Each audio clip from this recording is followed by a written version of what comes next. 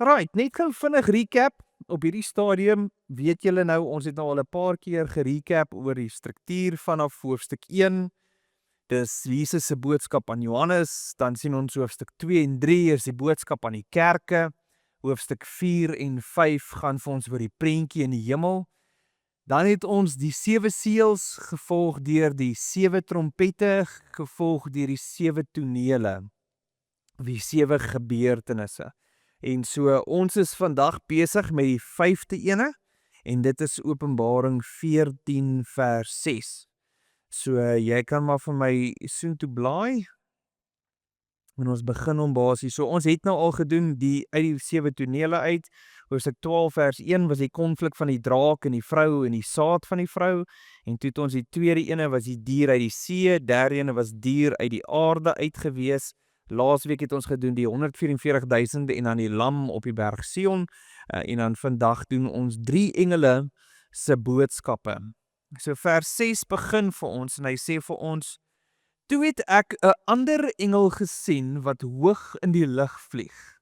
Hy het 'n ewige evangelie ontvang en om dit te gaan verkondig aan die aardbewoners, aan elke nasie en stam en taal en volk.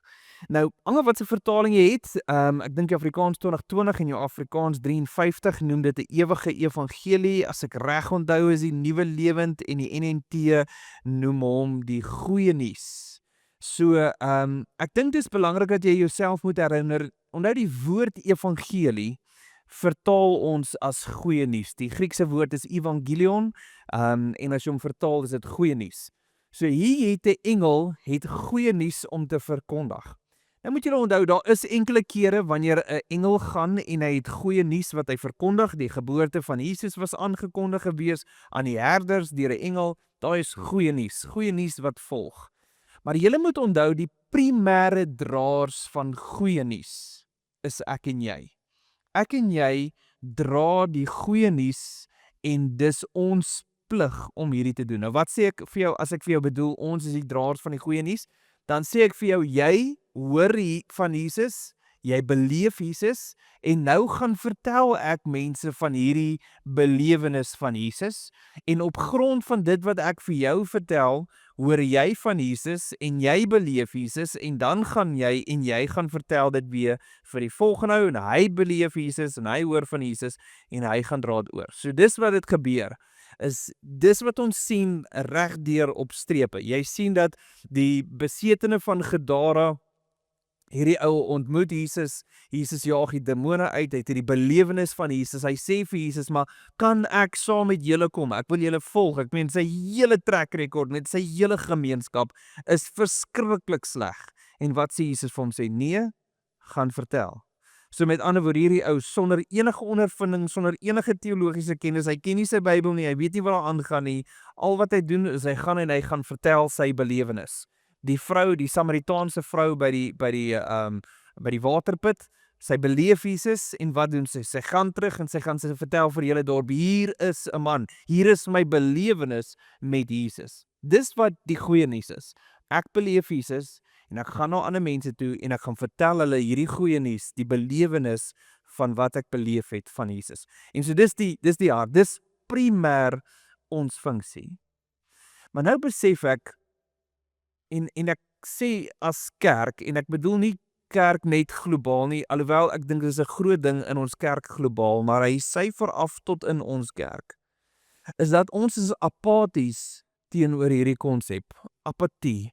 Ek het gaan soek vir sinonieme vir apatie, en dit is iemand wat lamsakkig is, iemand wat sleg is, en iemand wat gevoelloos is wat ons beleef binne in ons kerk, as dit kom oor hierdie goeie nuus. Want die ding is, ons is baie maklik om te sê, ag maar ek en my familie, ons dien die Here. Maar moenie my vra om met ander mense te gaan praat nie. Moenie my vra om ander mense te gaan kry om 'n disipel te maak nie. Ek is okay, ek is fine, so los my en my familie. En ek wil vir jou 'n voorbeeld gee. Ek gaan vir julle vra om 'n foto op te sit. So daarso is 8 cute babietjies. So ek wil jou vra om een babietjie te kies wat jy dink is vir jou die oulikste. Die ander 7 gaan hel toe.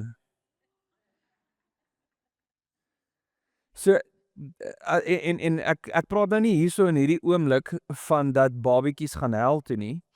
Ek bedoel die realiteit daarvan. Statistiek sê vir ons dat daar is 8 biljoen mense op aarde. 1 biljoen klassifiseer hulle self as Christene. Nou, ons kan nou onsself gaan vra hoe hierdie groepering van Christene, van hulle is Katolieke, van hulle is Orthodox, van hulle is evangelisties, en so ons kan nou ons vraag gaan vra of is hierdie ouens regtig waar, volg hulle regtig Jesus? Maar tegnies een uit daai 8 uit sal groot word as 'n Christen, die ander 7 gaan hel toe gaan. Dis wat gebeur oor 'n kerk wat sê, ek is okay dat my familie die Here dien, moenie my vra om met ander mense te gaan praat nie. Ek is okay met die goeie nuus, want die goeie nuus is vir my amazing, maar ek het geensins 'n begeerte om hierdie te gaan deel met ander mense nie. En dis die realiteit. Dis wat gebeur. As jy kyk na 'n groepering van oulike babatjies en jy sê, ag, ek dink daai een is cute, hy kan saam met my hemel toe gaan. En ek besef julle dat ons moet besef dat wanneer ons daai stellings maak, dis die impak daarvan. Dis wat gebeur as ek leef met die perspektief om te sê, ek besit goeie nuus. En ek sê, omdat ek 'n vrees het vir mense, gaan ek nie hierdie gaan deel met mense raai nie. Dis die realiteit. So nou kom ons, en ons lees nou Openbaring 14 vers 6, en hier kom 'n engel, en hierdie engel bring goeie nuus. Nou kom ons lees verder, en dan sê ons, wat is hierdie goeie nuus wat hy wel met ons deel? Hier is sy goeie nuus. Sy goeie nuus is, met 'n harde stem het hy uitgeroep, julle moet ontzag hê vir God, en heerlikheid bewys aan hom, want die tyd van sy oordeel het aangebreek. Aanbid hom wat die hemel, die aarde en die see en die fonteine geskep het. En so hierso is wat gebeur. Nou het jy 'n engel, en hierdie engel bring goeie nuus, en sy goeie nuus is die tyd van God se oordeel het aangebreek. Nou, dit klink nie noodwendig soos goeie nuus nie. So 2 goedjies wat ons onsself hierso gaan moet vra. Eerstens is, wanneer speel hierdie ding af? En nommer 2, wat is hierdie goeie nuus? Is die tyd van die oordeel van God regtig goeie nuus? So nommer 1, kom ons gaan kyk na die tydlyn. Onthou ons het gesê dat as ons gaan gesels oor Openbaring, dan lyk dit vir ons asof hy 'n sekere tydlyn het wat heeltyd oor en oor speel vanuit 'n ander perspektief uit. So jy sien Openbaring 4, God op die troon, Openbaring 5, Jesus kom in die hemel in. Daar het ons gesê, dis soos die hemelvaart, Jesus was op aarde, kom in die hemel in, en hy is waardig om die seels oop te maak. Hy het klaar betaal vir dit wat hy moes betaal het aan die prys, en so Jesus het die autoriteit om die 7 seels oop te maak. So die Openbaring 5 is die hemelvaart. Dan speel ons af deur die 7 seels.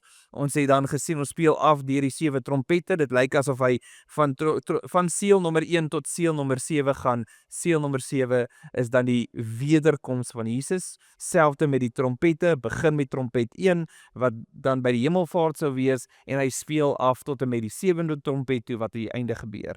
Wanneer ek en jy begin met Openbaring 12, babatjie word hemel toe gevat, wanneer is daai? Dis die hemelvaart. Nou beleef ons hierdie gedeelte wat 'n engel kom en hy verklaar die goeie nuus. Nou as jy Bybel het, maak gou oop by Matteus 24. Want ons vra onsself die vraag, wanneer gebeur hierdie goeie nuus? Engel kom weg en hy is besig om oor die hele aarde die goeie nuus te verklaar van die tyd van die oordeel van God het aangebreek. Matteus 24 vers 3. Hy sê, terwyl Jesus, ek kan nou net vir julle konteks gou gee. Jesus se disippels en mense was nou daar gewees, hulle loop, hulle kyk na die tempel lyk amazing. Jesus sê, maar daar gaan 'n dag kom wat nie 2 stene op mekaar gaan staan nie. Alles gaan gesloop word. En nou kom die disippels en hulle het nou die conversation met Jesus na hierdie. So vers 3. Terwyl Jesus op die Olyfberg gesit het, het die disippels na hom gekom en hom eenkant gevra. Sê vir ons, het hulle gevra, wanneer sal hierdie dinge plaasvind? Wat is die teken van u koms en van die volëinding van die tyd? Jesus het hulle geantwoord, besop dat niemand julle mislei nie, want baie mense sal in my naam na vore toe tree en sê, ek is die Christus, en hulle sal baie mense mislei. Julle sal hoor van oorloë en gerugte van oorloë. Pas op, moenie verskrik raak nie, want hierdie dinge moet gebeur, maar dit is nog nie die einde nie. Een nasie sal immers teen 'n ander nasie optrek en een koninkryk teen 'n ander koninkryk, en daar sal hongersnood wees en aardbewings op een plek na 'n ander. Al hierdie dinge is die begin van die geboortepyne. Stop net gou daar. Meeste van die tyd kyk ons na oorloë en alles en ons sê, hierdie is die eindtye. Hy sê hierdie is die begin van die geboortepyne. Dan gaan hy verder. Dan sal julle oorgelewer word om verdruk te word en julle doodgemaak, en julle sal deur al die nasies gehaat word ter wille van my naam. Dan sal baie tot 'n val kom, mekaar oorlewer en mekaar haat. Baie valse profete sal verskyn en hulle sal baie mense mislei. En omdat die wetteloosheid sal toeneem, sal baie se liefde afkoel. Vers 13, wie egter volhard tot die einde toe, die sal verlos word. Hierdie evangelie van die koninkryk sal oor die hele wêreld verkondig word as getuies vir al die nasies, en dan sal die einde kom. So met ander woorde, die goeie nuus moet reg oor die wêreld versprei word, en dan sien ons in Openbaring 14 dat finaal, wanneer die oordeel reg is om te kom, gaan daar 'n engel wees wat uitgaan oor die hele wêreld en hy gaan finaal goeie nuus verklaar aan hierdie wêreld. Nou, hoe is dit moontlik dat die oordeel van God goeie nuus is? Jy moet verstaan dat meeste van die tyd, as 'n koninkryk kom klop het aan jou deur. Alexander met die Grieke, toe die Romeine gekom het, as hulle kom klop het aan julle deur, dan gee hy vir jou een van twee opsies. Nommer 1, ek maak jou dood. Nommer 2, jy word my slaaf. Dis wat gebeur. Nou, slawerny in die Romeinse tyd was nie noodwendig dat jy, ek moes agter jou aanloop en jy sleep my met 'n ketting rond nie, maar dit is jy werk vir my, in terme van jou taxes, terme van jou inkomste, 'n groot porsie moet na my toe gaan, jy daai opsie of jy gaan doodgaan. Nou as jy sê ek hou nie van een van die twee opsies nie, dan moet jy maar swaard uittrek en jy moet nou maar probeer veg om te kyk of jy jouself kan verdedig. Maar as jy nie jouself kan verdedig nie, word jy doodgemaak of jy word 'n slaaf gemaak. Dit was jou opsies gewees. Hier kom 'n engel en hy sê vir die mense, die oordeel van God is nou hier en jy het twee opsies. Nommer 1, jy gaan dood. Nommer 2 is nie slawerny nie, maar jy word ingenooi in kindskap in. Hoor wat is die verskil? Koninkryke het jou 'n slaaf gemaak. God kom en hy nooi jou in sy familie in. Hy nooi jou in kindskap in. Hy nooi jou in 'n verhouding in versoening met God. Dis die goeie nuus. Dis God se genade en God se barmhartigheid wat uitgestort word vir mense om te kan besef. As jy 'n vrees in jou hart het vir God, verenig hy jou in sy familie in, nie as 'n slaaf in nie. En so nou moet ons verstaan dat die boodskap word hierdie: hê 'n vrees en 'n ontzag vir God. Moenie 'n vrees hê vir mense nie. Sien mense, ons leef met 'n vrees vir mense, dat ek wil nie met ander mense praat nie, want wat gaan hulle dink van my? Wat gebeur as hulle nie vir my luister nie? Daar is 'n vrees vir mense wat ons dryf. En hier kom die engel en hy maak die stelling en hy sê, hê 'n ontzag vir God, 'n diep in 'n wese, 'n respek en 'n vrees vir God. En dis die boodskap, dis die finale boodskap wat hy gee. Want die groot ding is vir as jy nie in daai ontzag het nie, gaan jy deel hê van die oordeel van God. Dan sê hy in vers 8, terug na obviously Openbaring 14. Na hom het 'n ander engel, 'n tweede een gekom en uitgeroep: Geval het Babylon, die magtige, sy wat al die nasies van die wyn en van welles en van haar hoerery laat drink het. So, nou kom hy en hy gesels en hier's 'n tweede engel en hy praat nou oor Babylon. Nou, as jy vooruit gelees het in Openbaring, dan gaan jy dalk bietjie meer konteks gekry het vir dit, maar moenie vooruit lees van nou nie, want die eerste hoorder van hierdie boodskap gaan nog nie die konteks hê van wat Johannes later gaan sê van Babylon nie. Op hierdie stadium, as jy hoor van Babylon, is daar suppose om net sekere klokkies af te gaan. So, onthou nou, in die Ou Testament word daar gewoonlik 2 primêre stede gebruik om vir jou aandag te gee aan iets. Die eerste een is Egipte. Nou in die Ou Testament, as hy praat van Egipte, dan praat hy van slawerny. So konstant, wil julle teruggaan na Egipte toe? Wil julle weer teruggaan na slawerny toe? En daai wat julle mee vasgevang was, julle het gewerk vir die ouens, julle het gesweet vir die ouens, dis slawerny. So Egipte word altyd jou prentjie van slawerny. Babylon se strategie was baie anders te gewees. Babylon het nie dieselfde tipe slawerny gehad soos wat Egipte gehad het. Assirië, hulle het mense gevat en hulle versprei soos reg oor die wêreld. Dis wat gebeur het met die 10 stamme die 10 stamme van Israel. Hulle is versprei en hulle word nou geken as die 10 verlore stamme van Israel. Babylon se fokus was ons bring jou na Babylon toe en ons verander jou in 'n Babilonier in. So met ander woorde, jou kinders gaan na ons skole toe, jy kry dalk 'n nuwe naam, ons kyk, dis wat gebeur het met Daniel en sy vriende, jy kry 'n nuwe taal wat jy moet doen, 'n hele nuwe kultuur, jy word nou 'n Babilonier. So ons maak jou en jou nageslag lojaal teenoor ons, dat teen die tyd wat jy kyk hoeveel Jode in Babylon ingegaan het, is die hoeveelheid wat uitgekom het om terug te gaan het na hulle land toe minder as 10%. Minder as 10% Jode het teruggegaan, terug na Israel toe, om hulle stad te gaan herbou, om die mure te herbou, om die tempel te herbou. Dit was wat Babylon gedoen het. Babylon was hierdie wêreldsisteem wat jou ingebring het, en ek wil hê jy moet dink soos ek dink. Nou in ons Romeine studie op Sondag, het ons die laaste 2 weke het ons bietjie gesels oor die woordjie die tydgees. Dis hierdie wêreld het 'n manier van dink en 'n manier van redeneer en hy wil jou intrek in hierdie in. So met ander woorde, hierdie wêreld se manier van dink is 'n menslike sisteem van dink en doen. En daai is wat ons klassifiseer as 'n Babylon. Nou, dink aan wie is die voorlopers van Babylon. Dit sal wees wat Hollywood doen deur die movies. So in terme van, ek het nou die dag 'n ou gehoor om te sê dat, ek meen, jy en jou man of jou vrou, as julle nou in die dorp ingaan, en julle roep gou 'n paar mense bymekaar en sê, kom kyk gou 'n bietjie hoe soen ons. Doen julle dit? Maar tog kyk miljoene mense oor iemand wat soen op 'n TV en dit is nie vir jou weird nie. En dis wat gebeur, is hulle maak sekere stellings en sekere goeders maak hulle ons gemaklik mee, want dis wat Hollywood doen. Dan kyk jy na jou influencers, jou social media ouens, jou ouens wat op YouTube, al hierdie goeders begin dryf onder jong mense. Daar's 'n manier van dink en leef wat hulle ons gewoond mee aanmaak. Ons media, ons nuus, hulle kondisioneer ons om op 'n sekere manier te dink. Dis wat Babylon doen.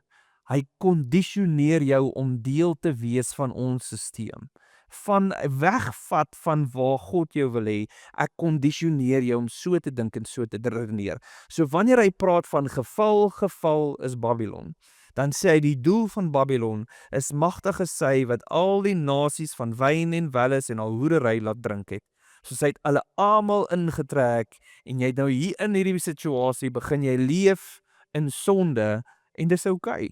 Skielik leef ons in 'n omgewing wat mense dink dis oukei om saam te bly en nie te trou nie. Ek het 'n ruk terug toe ek gepraat oor die statistieke daarvan.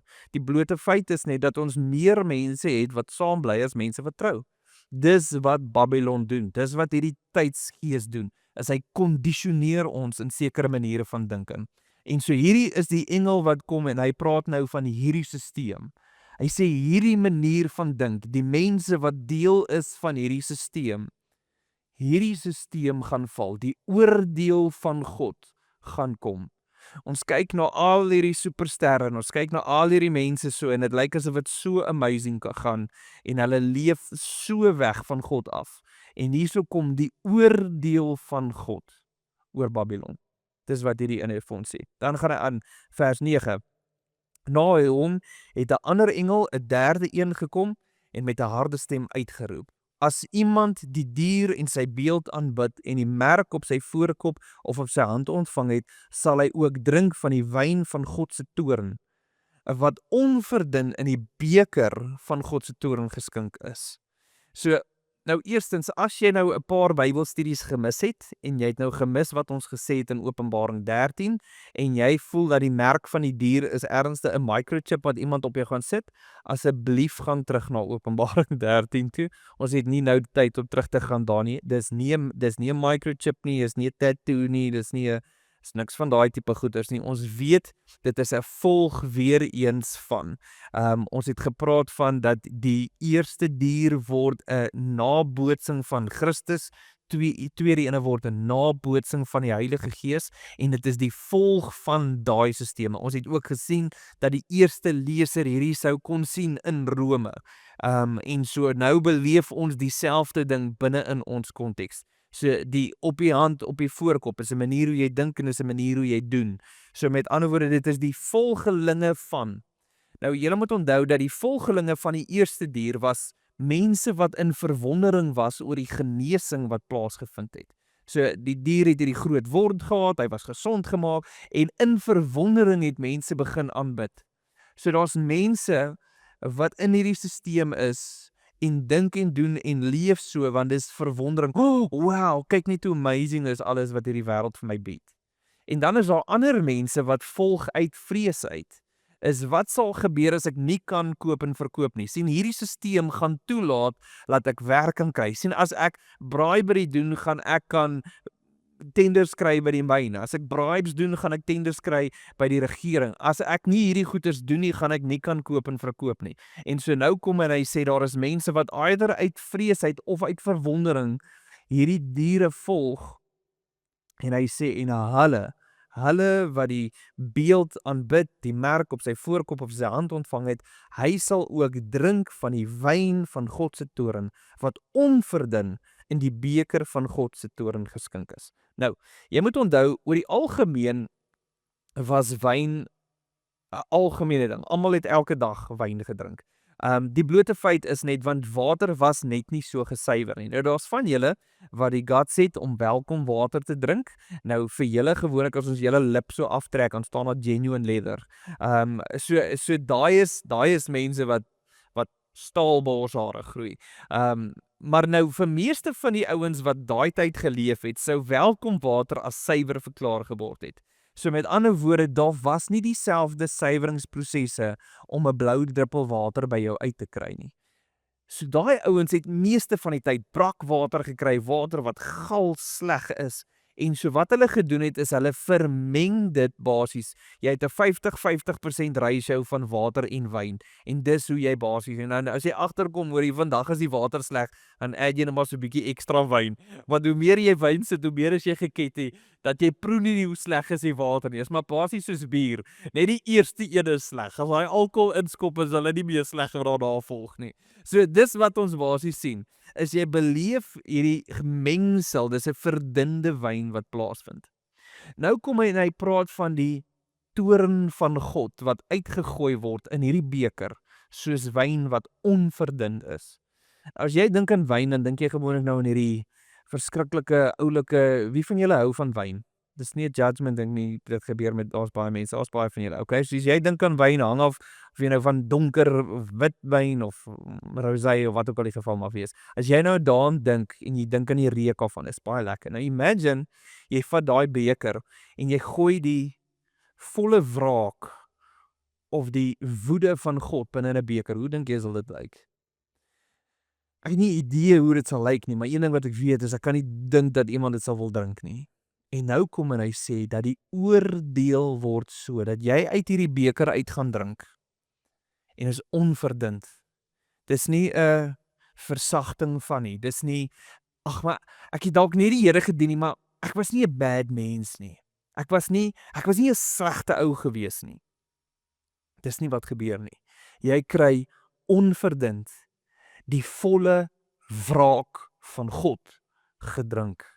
Dis wat gebeur.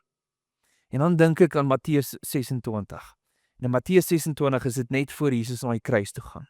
En hy's in die tuin en hy val vooroor en hy bid. En wat bid hy? Hy sê, Here, as dit kan, mag hierdie beker verby my gaan. Wat's in daai beker? die wraak en die toorn van God. Sien, hier is die goeie nuus. Is ek en jy dien iemand wat klaar die wraak vir jou part gedrink het. Ek en jy moet verstaan, die goeie nuus wat ons vir die wêreld gaan getuig, is dat die wraak wat God eendag gaan uitstort oor mense, daar is iemand wat klaar dit gevat het. Vir jou en vir my, en jou hoop moet in hom gesit word. Dis goeie nuus. Dis goeie nuus. En vir die ou wat nie Jesus kies nie, hoor mooi, drink die beker van die toorn van God. Dis intens om dit te weet, en daai ou wat drink, sal hy ook drink van die wyn van God se toorn onverdun in die beker, en hy sal ook in die teenwoordigheid van die heilige engele en die lam met vuur en swaal gefolter word. En die rook van hulle foltering bly opstyg vir ewig en ewig, en hulle wat die dier en sy beeld aanbid, kry dag en nag geen rus nie, en ook nie hulle wat die merk van sy naam ontvang het nie. Die resultaat en die realiteit is daar is mense wat nie die goeie nuus gaan hoor nie, en daar is mense wat nie die goeie nuus aanvaar nie. Ek kan weer vir jou die 8 babas opsit en sê, wat se een van die 8 wil jy kies om saam met jou hemel toe te gaan, en wat se 7 gaan hel toe gaan. Die realiteit is, ons moet verstaan, as ons as kerk apaties bly teenoor hierdie konsep, is dit die realiteit. Nou kan ons sê, ja, maar ag, is darm in die einde gaan die Here 'n engel stuur, en daai engel gaan nou die goeie nuus doen, want ag, ek is mos nou bang om met mense te praat. En dis waar, maar dit gebeur dalk eers oor 100 jaar. Gebeur dalk eers oor 200 jaar. Vandat hierdie geskryf is 2000 jaar al verbygegaan. Hoeveel van jou vriende en familie gaan van daai beker moet drink, omdat ons apaties is teenoor die goeie nuus wat ons het. Ons het goeie nuus. Die wat Jesus kies, beleef sy verlossing. Die wat Jesus nie kies nie, slegte nuus, beleef 'n ewigheid van die wraak van God met die dood waarmee saamgaan. Dis die realiteit. Dis wat ons hierso beleef. 3 engele, 3 boodskappe. 3 boodskappe wat die oordeel van God vir ons van bewus maak. En dan sê hy vir ons gelowiges in vers 12, hiervoor het die heiliges volharding nodig, want die gebooie wat hulle wat die gebooie van God nakom en in Jesus bly glo. Hoekom het die gelowiges volharding nodig? Dink terug aan Matteus 24. Dit gaan rof raak.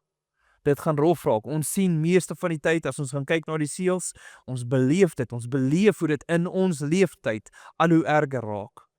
En die druk gaan so wees dat mense ons gaan haat en ons wil doodmaak. En daarvoor het jy volharding nodig. En meeste van ons wat wil vrees in ons harte kry en sê, Here, maar ek wil nie daardeur gaan nie, gaan dalk wegdraai en die dier begin volg. En hy sê, hê volharding byt vas. Want hier is die einde van die storie. Die einde van die storie is, party gaan aan die einde staan en party van hulle gaan lê. En die wat lê, kry die oordeel van God. Maar die wat staande bly, die gelowiges, staan en ons weet, ons hoop is in Jesus. Ons weet dat ons vryheid is in Jesus en ons weet ons verlossing is in Jesus en saam met dit kom daar soveel vryheid en soveel vreugde. Daarom het ons volharding nodig. En dan gaan hy oor en hy gee vir jou die enigste vers in die Bybel wat gaan oor pensioen. Vers 13. En toe het ek 'n stem uit die hemel gehoor en dit sê, skryf neer, gelukkig is die dooies wat nou af in die Here sterf. Ja, sê die Gees, sodat hulle mag rus van hulle gesoeg. Dis net die dooies wat rus van hulle gesoeg. sorry Here, as jy op pensioen is, jy mag nie nou rus nie, jy is supposed om te werk, al werk jy net vir Jesus en jy werk nie meer vir 'n salaris nie, jy is supposed om te werk tot die dag wat jy doodgaan, want hulle dade volg hulle. Dis wat gebeur. As ons beleef dat nêrenste moet die gelowige stop met die werk wat ons het nie. En wat is ons werd? Ek beleef Jesus en ek gaan vertel jou van my belewenis van Jesus. Ons word getaak met die goeie nuus. En mense sal net die goeie nuus hoor as jy die mantel optel en loop en sê ek gaan iemand gaan vertel. Dat ons ophou geheime agente begin leef. Ophou begin dink maar ek kan nie. Sê Here gee vir my 'n platform, 'n plek waar ek kan getuig. Want dis wat gebeur is, ons gaan nie terugsit en uit 8 babietjies sê ek is okay net met die een nie. Want die ander 7 kan nie die toorn van God beleef nie. Dis die hart van Openbaring 14 vers 6 tot 13. Kom ons sluit af met 'n gebed en dan gaan ons oorgaan as jy vra het. Here, in hierdie oomblik besef ons die gewig van die goeie nuus. Ons besef die gewig van die toorn wat in daai beker gaan wees. En Here, dan onthou ons, Here, dat hoe goeie nuus dit was. Dat Jesus daai beker gedrink het vir ons. En Here, dat U ons innooi, nie net van vryheid van daai nie, Here, maar dat U ons innooi in 'n verhouding in met U. Here, hoe genadig en hoe barmhartig is dit dat U dit doen. Here, hoe is dit dat U net vir ons sulke goeie nuus gee? So ek wil bid, Here, dat elkeen van ons wat hier so is, al wat al vir jare U dien, sal besef, Here, dat ons sal nooit ophou werk om mense te vertel van U goedheid en U genade nie. In Jesus naam. Amen.